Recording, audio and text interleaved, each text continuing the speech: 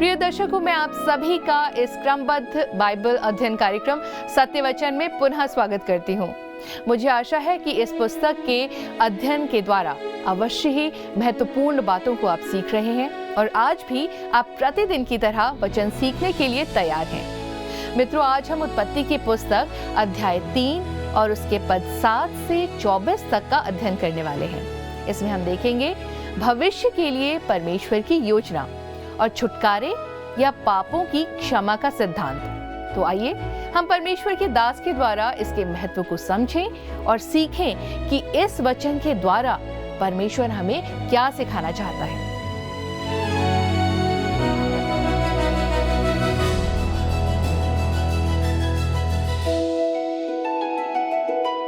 जय मसीह के दोस्तों, और आप सभी को प्रेम भरा नमस्कार तथा आपके अपने सत्यवचन बाइबल अध्ययन में आपका फिर से स्वागत है।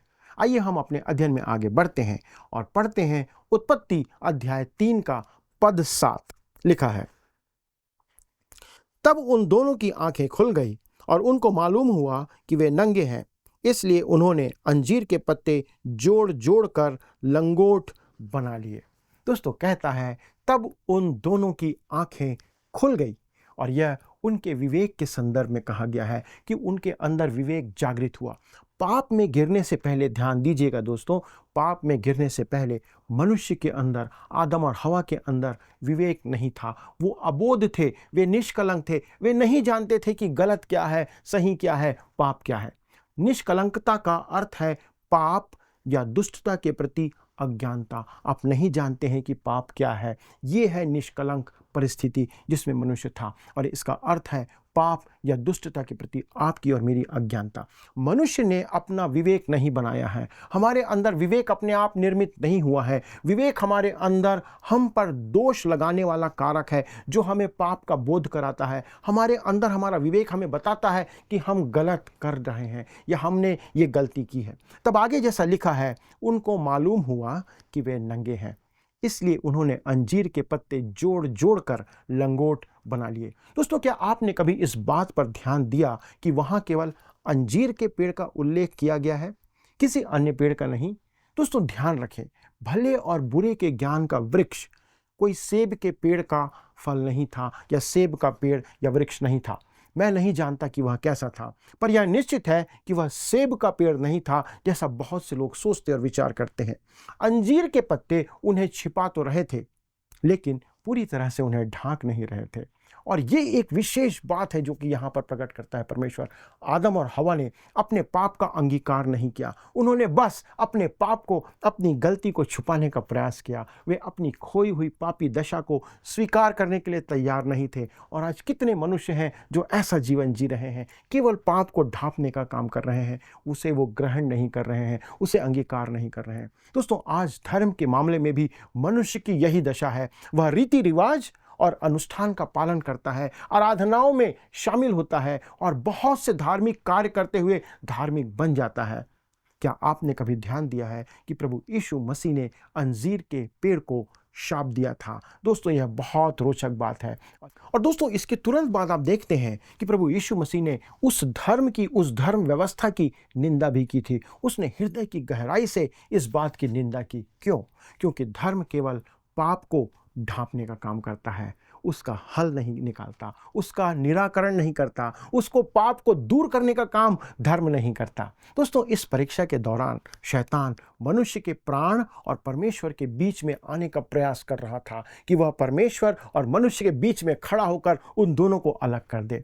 दूसरे शब्दों में, शैतान मनुष्य को परमेश्वर से दूर करना चाह रहा था और उसे अपने वश में रखना चाहता था, और स्वयं मनुष्य का, आपका और मेरा ईश्वर बनना चाहता था, जैसा आज वह बहुत से लोगों का बना हुआ है। वैसे भी दोस्तों, उस समय मनुष्य को शारीरिक प्रलोभन या आकर्षण नहीं था।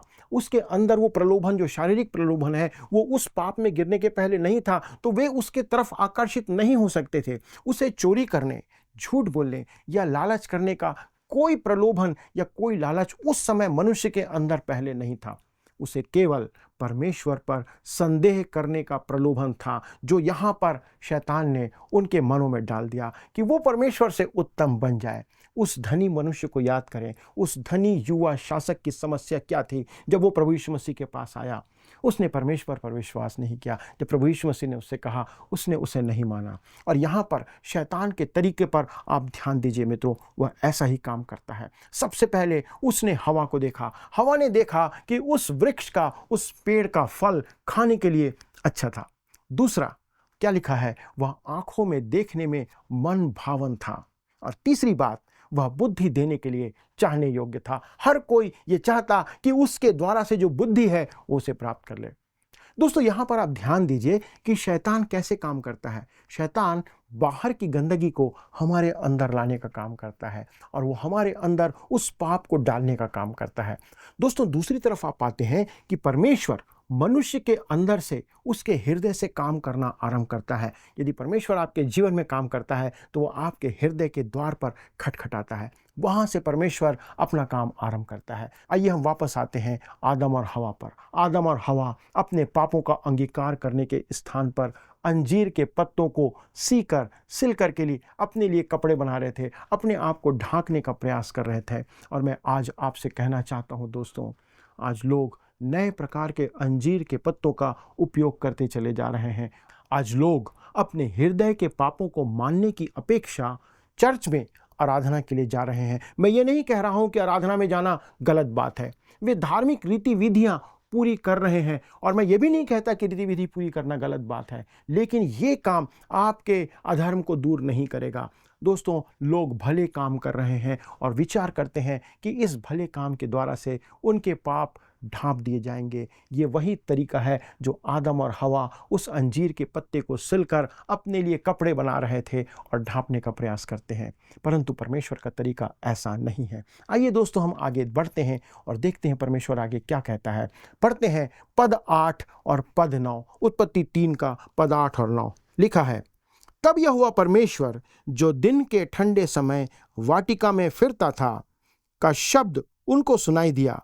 तब आदम और उसकी पत्नी वाटिका के वृक्षों के बीच यहोवा परमेश्वर से छिप गए।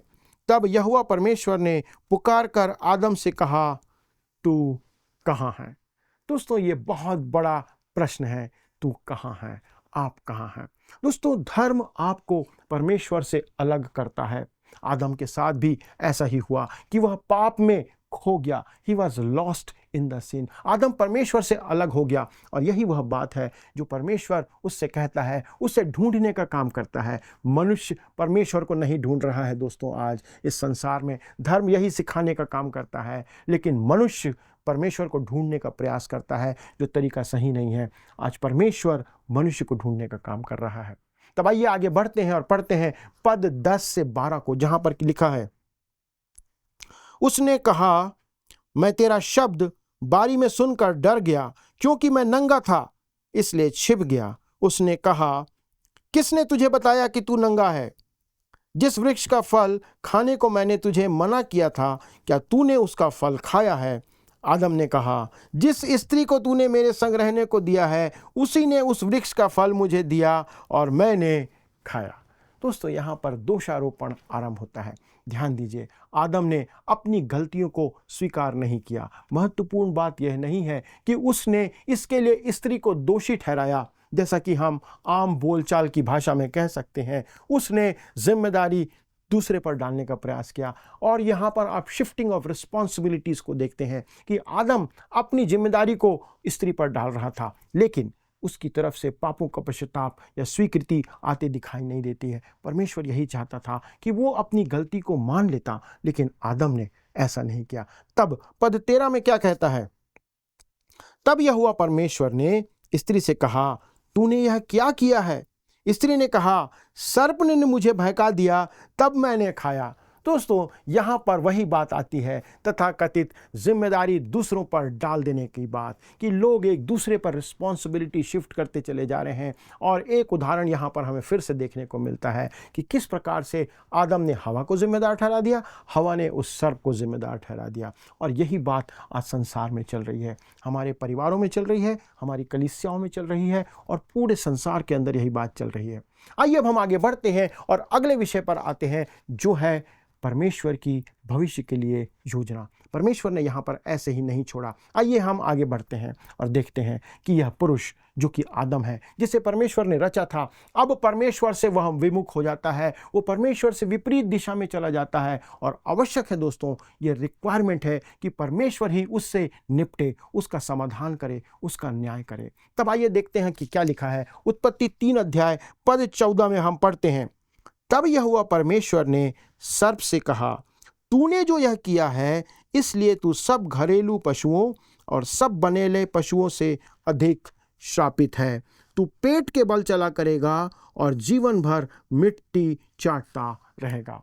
दोस्तों, आज हम जिस रेंगने वाले जीव की कल्पना करते हैं, सर्प निश्चित रूप से आदि काल में, उस समय में वैसा नहीं था जैसे आज वह दिखाई देता है।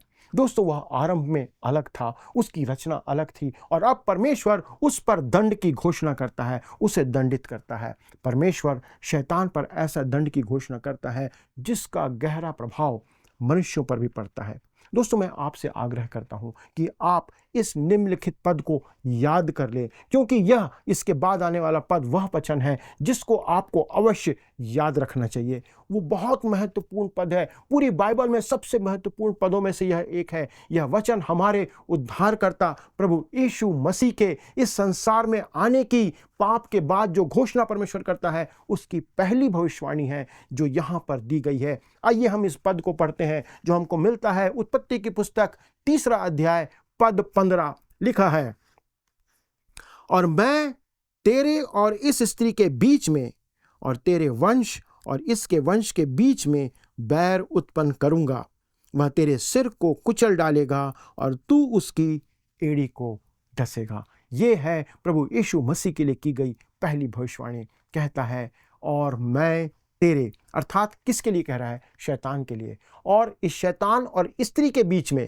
और तेरे वंश अर्थात शैतान के वंश और इसके वंश के बीच में, यहाँ पर स्त्री का वंश है प्रभु यीशु मसीह, इसके बीच में, इन दोनों के बीच में, स्त्री के वंश और शैतान के वंश के बीच में बैर उत्पन्न करूंगा। वह तेरे सिर को, अर्थात प्रभु यीशु मसीह तेरे सिर को कुचल डालेगा और तू, शैतान, उसकी एड़ी को डसेगा। यह इस पद का अर्थ है जो यहाँ पर बताया गया है। यह एक बहुत ही महत्वपूर्ण पद है जो हमें आज यहाँ पर दिया गया है। यह एक अत्यंत ही महत्वपूर्ण कथन है जो हमें दिया गया है। यहाँ सबसे प्रमुख विचार आने वाले समय में अंतिम विजय नहीं है कि वो जयवंत होगा, बल्कि निरंतर चलने वाला एक संघर्ष है। तब से लेकर प्रभु यीशु मसीह के द्वारा उद्धार को स्थापित करने तक के समय के अंदर ये संघर्ष आज भी चल रहा है। दोस्तों, यह पद इस तथ्य को प्रकट करता है कि अब अच्छाई और बुराई के बीच एक लंबा अंतर है, एक लंबा संघर्ष होने जा रहा है। यही बात आपको पवित्र शास्त्र बाइबल के अन्य भागों में भी पढ़ने को मिलेगी। दोस्तों, प्रभु यीशु मसीह ने अपने समय में इस संघर्ष के विषय में यह कथन दिया था और कहा था, जो हमें यूहन्ना के सुसमाचार अध्याय 8 के पद 44 में पढ़ने को मिलता है। कहता है, तुम अपने पिता शैतान से हो और अपने पिता की लालसाओं को पूरा करना चाहते हो। वह तो आरंभ से हत्यारा और सत्य पर स्थिर ना रहा, क्योंकि सत्य उसमें है ही नहीं। जब वह झूठ बोलता तो अपने स्वभाव ही से बोलता है, क्योंकि वह झूठा है, वरन झूठ का पिता है। दोस्तों, वह कोई और नहीं, दुष्ट शैतान है। हमारे प्रभु यीशु मसीह ने परमेश्वर की संतानों और शैतान की संतानों के बीच में अंतर व्यक्त किया है, एक लाइन खींचकर बताया है कि ये कौन है, वे कौन है। यूहन्ना इसी द्वंद्व को, इसी संघर्ष को पहला यूहन्ना अध्याय 3 के पद 10 में व्यक्त करते हुए कहता है, इसी से परमेश्वर की संतान और शैतान की संतान जाने जाते हैं कि जो कोई धर्म के काम नहीं करता वह परमेश्वर से नहीं, और ना वह जो अपने भाई से प्रेम नहीं रखता। कहने का अर्थ यह है कि जो उद्धार के बाद धर्म के काम नहीं करता है और अपने भाई से प्रेम नहीं रखता है, वह परमेश्वर की संतान नहीं है। और यदि वो परमेश्वर की संतान नहीं है तो आप समझ सकते हैं कि वो शैतान की संतान है। इस रीति से हम मनुष्यों को 2 भागों में विभाजित करते हैं। दोस्तों, यहाँ पर हमारे सामने उस टकराव की जो वास्तविकता है, वो सच्चाई है, उसको लाया गया है। और यहाँ युद्ध है, यहाँ पर एक संघर्ष है, और यहाँ इस संसार को 2 वंश के रूप में बांट दिया गया है। अंतिम विजय होगी, लेकिन एक लंबे संघर्ष के बाद। और इस बात को ध्यान रखना महत्वपूर्ण है, ये आपके और मेरे जीवन में इसी रीति से काम करता है। प्रत्येक व्यक्ति को परीक्षा का सामना करना होगा और अपनी लड़ाई जीतना होगा। आपके लिए, मेरे लिए ये सब कुछ सच्चाई है। पृथ्वी पर यीशु मसीह के आने से पूर्व हमें विजयी विश्वास में आज्ञाकारिता से प्राप्त होती थी। इस बात को याद रखिएगा दोस्तों कि प्रभु यीशु मसीह के पृथ्वी पर आने से पूर्व हमें जो विजय है वो विश्वास में आज्ञाकारिता बनाए रखने से प्राप्त होती थी। परंतु अब प्रभु यीशु मसीह के पृथ्वी पर मनुष्य के रूप में आने के बाद हमें विश्वास के द्वारा प्रभु यीशु मसीह के साथ अपनी पहचान बनानी है, जिसके द्वारा से अब हमें विजय प्राप्त होती है। दोस्तों, यह उद्धार या मोक्ष पाना या बचाए जाने का क्या अर्थ है? इसका अर्थ है मसीह यीशु में बने रहना और उसमें पाया जाना। यदि आप मसीह यीशु में बने हुए हैं तो आपका उद्धार हो चुका है, पापों की क्षमा आपने प्राप्त कर ली है। सृष्टि की रचना की 3 श्रेणियों में से एक मनुष्य था। परमेश्वर ने 3 श्रेणी में इस रचना को किया। एक थे स्वर्गदूत, दूसरा है मनुष्य और तीसरा है प्राणी जगत। दोस्तों, पशुओं को चुनाव का कोई विकल्प नहीं दिया गया था। उन पशुओं के पास कोई विकल्प नहीं था, परंतु स्वर्गदूतों और मनुष्यों को चुनाव करने का विकल्प दिया था। उनके पास स्वतंत्र इच्छा थी। दोस्तों, यहाँ पर आप मनुष्य के पास जो विकल्प था, एक ऑप्शन था, उसको देख सकते हैं। उसने एक निर्णय लिया, आदम ने एक निर्णय लिया, हव्वा ने एक निर्णय लिया और इसके आधार पर हम पाते हैं कि उनके पास स्वतंत्र इच्छा थी और वह अपने इस निर्णय के लिए आज उत्तरदायी है। We are responsible for our decision. ध्यान दीजिएगा मित्रों, इस स्त्री के वंश से कहा गया है। दोस्तों, यह नहीं कहता है कि पुरुष के वंश के बीच से, परंतु स्त्री के वंश से। यहाँ पर मसीह के, प्रभु यीशु मसीह के कुंवारी से जन्म लेने की बात की गई है और भविष्यवाणी की गई है। जब परमेश्वर अदन की वाटिका में मनुष्य को खोजने के लिए गया, तब उसने आदम से कहा, तू कहाँ है? धर्म का कोई भी संकलन या कोई भी धर्म यही कहानी सिखाता है, यह हमें बताता है कि मनुष्य परमेश्वर की खोज करता है और ये धर्म की परिभाषा है। परंतु मेरे मित्रों, परमेश्वर ऐसा नहीं करता है। ध्यान से सुनिए, उद्धार, पापों की क्षमा का मतलब यह है कि परमेश्वर द्वारा मनुष्य खोजा जाता है। परमेश्वर मनुष्य को खोजने के लिए आता है। मनुष्य परमेश्वर से दूर भाग गया था और परमेश्वर उससे पुकार कर कहता है, तू कहाँ है? दोस्तों, परमेश्वर के एक महान दास W.H. ग्रिफिथ ये उत्पत्ति पर लिखी गई अपनी एक पुस्तक में उसकी व्याख्या में कहते हैं कि परमेश्वर की यह पुकार अलौकिक न्याय की पुकार है, जो पाप को नज़रअंदाज नहीं कर सकती। यह अलौकिक वेदना की पुकार है जो एक पापी के लिए निकलती है परमेश्वर के हृदय से। यह अलौकिक प्रेम की पुकार है जो पाप से छुटकारे का अवसर हमें प्रदान करती है। दोस्तों, हमारे सामने इस एक पद में ये सारी बातें निहित हैं, बताई गई हैं, जो एक उद्धारकर्ता हमारे प्रभु यीशु मसीह के आगमन की प्रतिज्ञा व्यक्त करता है। संपूर्ण पवित्र शास्त्र बाइबल में परमेश्वर द्वारा मनुष्य की खोज को ही चित्रित किया गया है। पूरी बाइबल इसी बात पर आधारित है। रोमियो की पत्री 3 अध्याय के पद 11 में पौलुस इसी बात को लिखते हुए कहता है, कोई परमेश्वर का खोजने वाला नहीं है। यूहन्ना 15:16 में प्रभु यीशु मसीह ने स्वयं कहा था, तुमने मुझे नहीं चुना परंतु मैंने तुम्हें चुना है।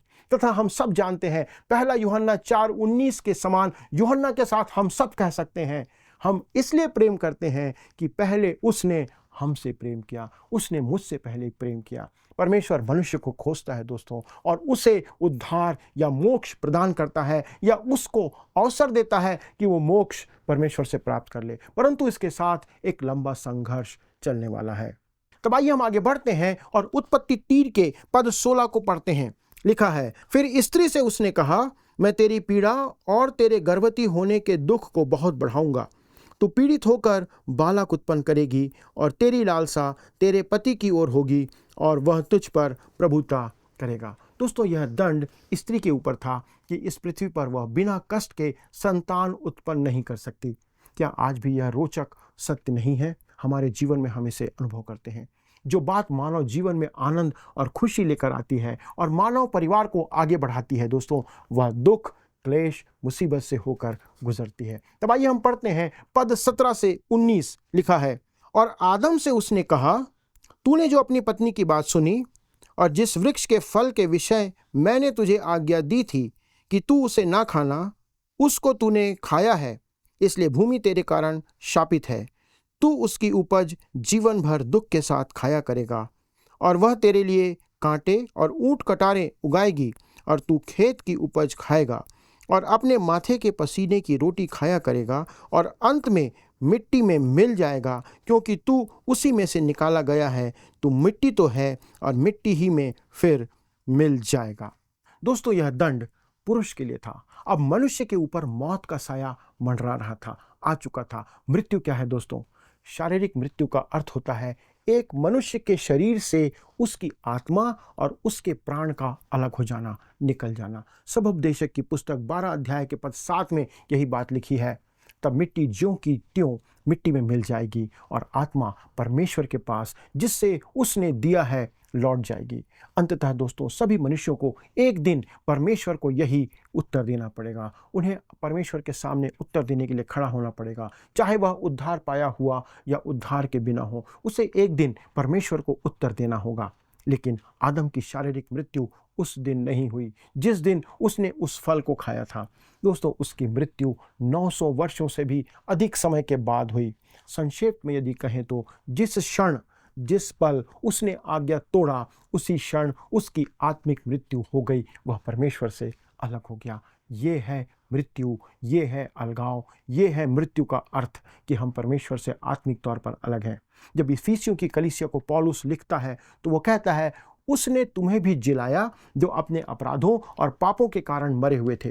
मित्रों, उसके कहने का अर्थ यह नहीं था कि वे शारीरिक तौर पर मरे हुए थे।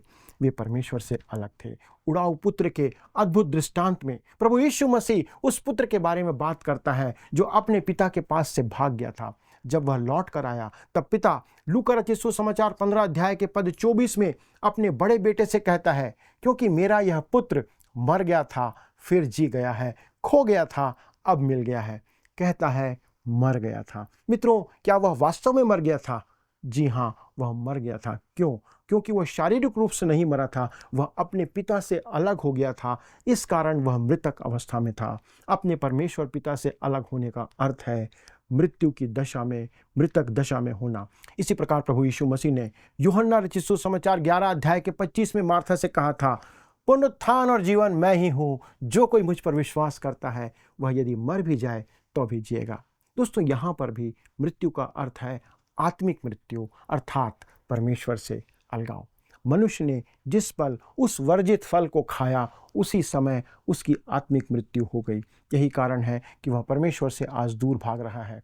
यही कारण है कि वह परमेश्वर से अलग है। इसी कारण उसने अपने आप को ढांकने के लिए अंजीर के पत्तों के कपड़े बना लिए। दोस्तों, अब आता है छुटकारा या पापों का या उसकी क्षमा का सिद्धांत। पढ़ते हैं पद 20 को, जो कि पापों से छुटकारे का सिद्धांत है। लिखा है, आदम ने अपनी पत्नी का नाम हव्वा रखा, क्योंकि जितने मनुष्य जीवित हैं उन सब की आदि माता वही हुई। दोस्तों, इस पद का यह अर्थ नहीं निकलता कि कैन और हाबिल का जन्म अदन की वाटिका में हुआ था, पर हमें यह बताया गया है कि आदम और हव्वा के पाप में गिरने के बाद उनका जन्म हुआ। तब अगले पद 21 में लिखा है, और यहोवा परमेश्वर ने आदम और उसकी पत्नी के लिए चमड़े के अंगरखे बनाकर उनको पहना दिए। दोस्तों, किसी भी जानवर से उसका चमड़ा प्राप्त करने के लिए आपको उसे मारना होगा, और मुझे लगता है कि यह बलिदान की उत्पत्ति है, बलिदान का आरंभ है। और परमेश्वर ने मनुष्य को यह स्पष्ट कर दिया था।